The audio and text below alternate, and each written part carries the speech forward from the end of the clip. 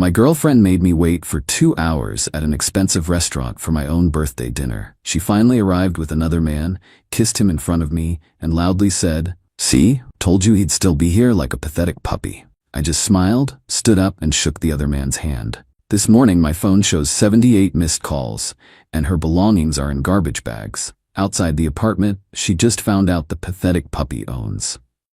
Last night was my 34th birthday. I spent the first 2 hours of it sitting alone at the most expensive restaurant in the city, watching the waiter's expression shift from polite to pitying. My girlfriend, Isabella, was late. This wasn't new, but 2 hours was a record, even for her. I'd called and texted. No response. I was about to give up and go home when she finally made her grand entrance. She wasn't alone. She walked in holding hands with some guy I'd never seen before, a smug-looking dude with a perfect haircut and an expensive watch. They stopped at my table. Isabella didn't even look at me.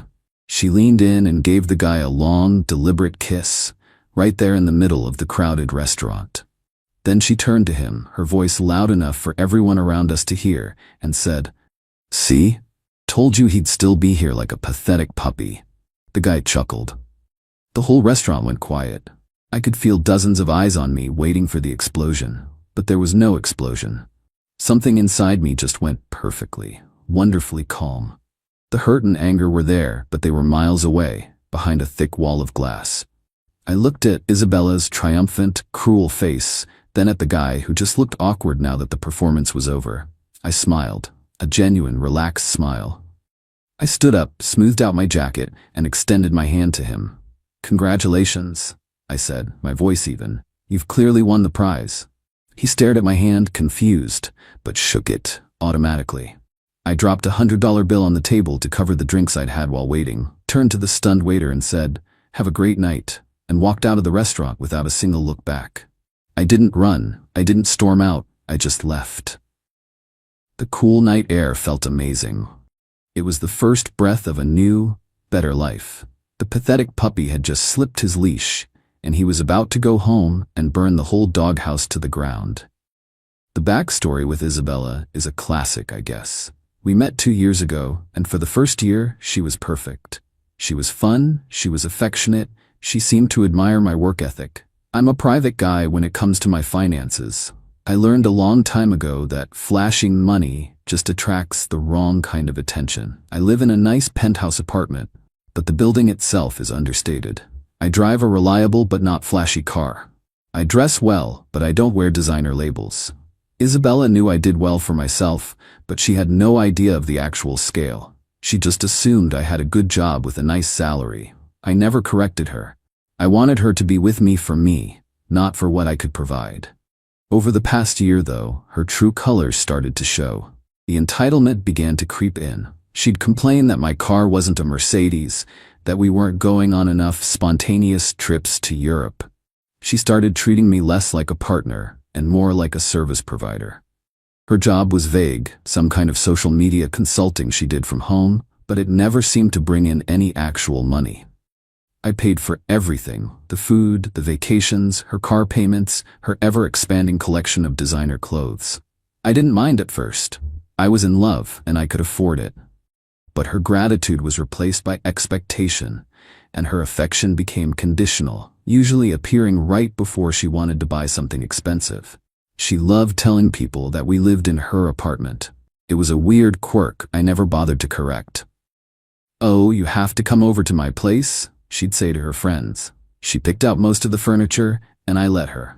I wanted her to feel at home.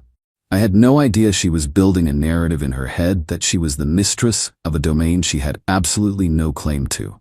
The pathetic puppy comment wasn't just an insult, it was a reflection of how she saw me. Loyal, obedient, and eternally waiting for her, no matter how badly she treated me. She had no idea that the puppy didn't just live in the penthouse, he owned the entire building. I bought the whole apartment block 4 years ago as an investment through a holding company. It was a smart financial move that had paid off handsomely. Isabella knew I had some investments, but she thought it was just stocks and bonds. She never bothered to ask the details. She was more interested in the spending side of money, not the earning side. My landlord, a management company that handled the day-to-day operations of the building, was on my payroll. When I got home from the restaurant, the first thing I did was go into the spare bedroom. It was her closet, really.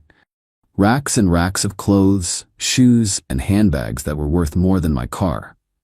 I didn't bother with suitcases. I went to the storage closet and got a box of heavy-duty black garbage bags. I started pulling everything off the hangers and stuffing it into the bags. Dresses, coats, jeans, everything. I dumped her shoe racks into more bags. Her makeup, her jewelry box, her laptop, it all went into the bags. I was methodical, efficient, and felt absolutely nothing. It was just a cleanup job. It took me over an hour. When I was done, there were 12 large garbage bags full of her life. I dragged them one by one out of the apartment and left them in the hallway, in front of my door. Then I called a 24-hour locksmith. While I waited for him, I went through the apartment and gathered up anything else that was hers. Photos, little trinkets, books. It all went into a smaller bag, which I placed neatly on top of the others. The locksmith arrived around midnight. He was a tired-looking guy who had probably seen his fair share of domestic drama. He changed the locks on my front door and the service entrance quickly and professionally. I paid him in cash, and he was gone. The apartment was finally, officially, mine again. I poured myself a whiskey and sat on the couch, looking around the now empty space. It was quiet. The phone started ringing almost immediately. It was Isabella.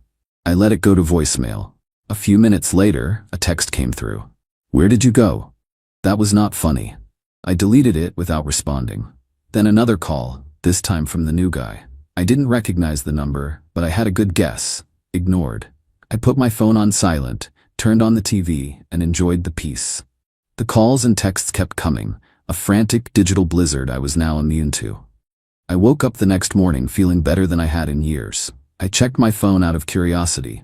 78 missed calls, a mix from Isabella, the new guy, whose name I now knew was Julian, thanks to Isabella's screaming voicemails, and a couple of her friends. The voicemails were a wild ride. The first few were angry and confused. Then they turned panicked as she realized I wasn't responding. The last few from the early hours of the morning were a mix of sobbing apologies and furious threats. It was the soundtrack of a narcissist realizing she had lost control. The real show started around 9 in the morning. I was in my home office when I heard a commotion in the hallway through my security camera feed. It was Isabella and Julian, standing in front of my door, staring at the pile of garbage bags.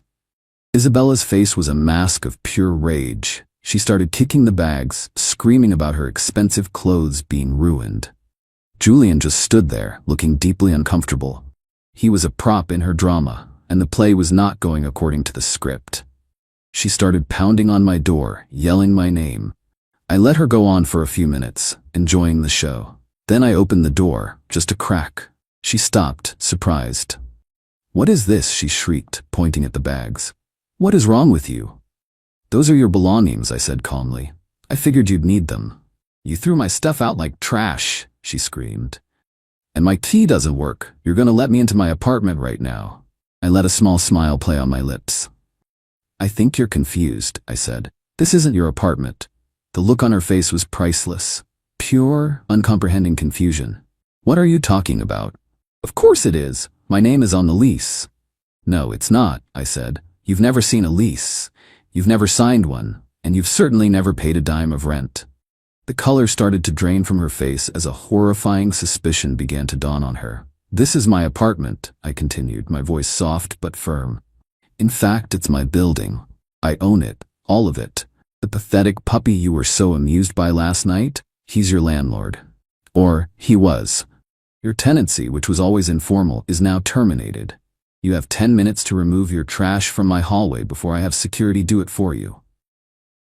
She just stared at me, her mouth hanging open. Julian looked like he had seen a ghost.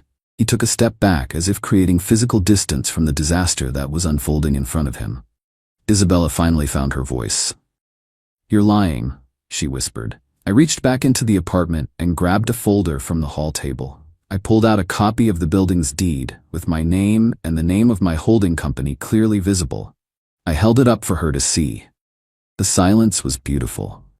In that moment, her entire world, A world built on my perceived weakness and her own delusional entitlement crumbled into dust. She wasn't the powerful woman who had her boyfriend wrapped around her finger. She was a freeloader who had just been evicted by the man she had publicly humiliated hours earlier. "You can't do this," she stammered, tears now streaming down her face. "I have nowhere to go." "That sounds like a personal problem," I said. "Perhaps Julian can help you. You seemed very close last night." I looked over at Julian, who was already inching his way toward the elevator. He wanted no part of this. He was here for the fun, not the fallout. 9 minutes, I said, and closed the door, locking the deadbolt. I watched on my security camera as she collapsed into a sobbing heap on top of the garbage bags. Julian hesitated for a moment, then mumbled something and practically ran to the elevator. He was gone. She was alone with her trash. The smear campaign was next, of course.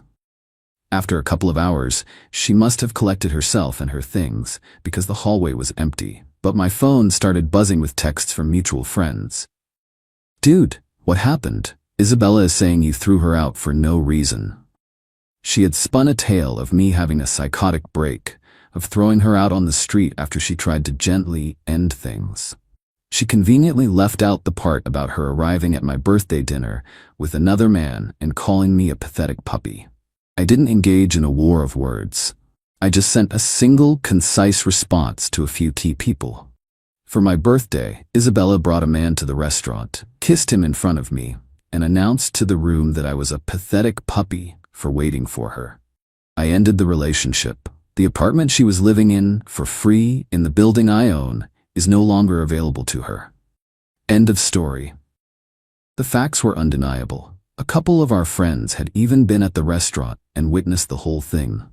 Her narrative collapsed almost immediately. The friends who had texted me with concern quickly texted back with apologies and shock. "I had no idea," one wrote. "She's insane." Then came the financial attacks. The next day, I got a fraud alert from my credit card company. A charge for over $5,000 at a designer handbag store had been declined. It was from the supplementary card Isabella had on my account, a card I had completely forgotten about. I called the company, reported the card as stolen, and canceled it immediately. She had gone from her eviction straight to a revenge shopping spree, assuming her free ride was still operational. The declined transaction must have been another delightful shock for her. Her family got involved a few days later. Her mother, a woman who had always treated me with a kind of polite disdain, called me, screaming. She called me a monster, a cruel, vindictive man who had thrown her innocent daughter out on the street. I let her rant for a few minutes, then I calmly interrupted. "Ma'am, your daughter publicly humiliated me on my birthday with another man. She was living in my property for free, and that privilege has been revoked. If you have any further issues, you can direct them to my lawyer." I gave her my lawyer's name and number and hung up. The final act of desperation came about a week later. I received an email from Julian, the guy from the restaurant. It was a surprisingly sincere apology.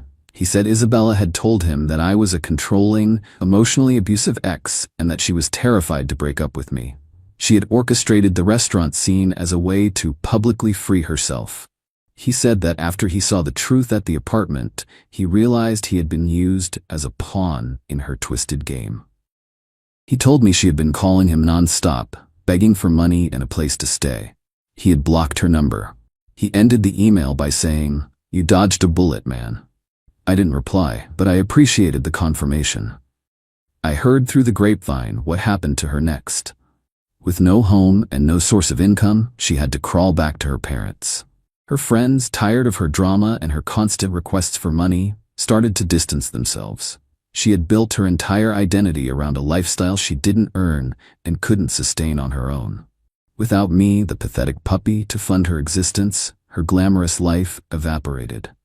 A few months went by. The peace and quiet were incredible. I redecorated the apartment, making it feel like my own again. I focused on my work, went on a trip with some friends, and enjoyed my freedom. One night, my friends and I decided to go for drinks at a bar downtown, a place I hadn't been to in a while. As we were sitting at our table, I looked over and saw her. It was Isabella. She was working as a cocktail waitress. Our eyes met from across the room. The arrogant, triumphant look she had worn at the restaurant was gone, replaced by something I had never seen on her face before. Shame. She looked away quickly and disappeared into the kitchen. I didn't feel a surge of victory. I just felt a quiet sense of closure. She had tried to humiliate me, to make me feel small and pathetic. But in the end, her own actions had brought her exactly where she deserved to be. She had to work for a living, serving people in a place where she once thought she was a queen.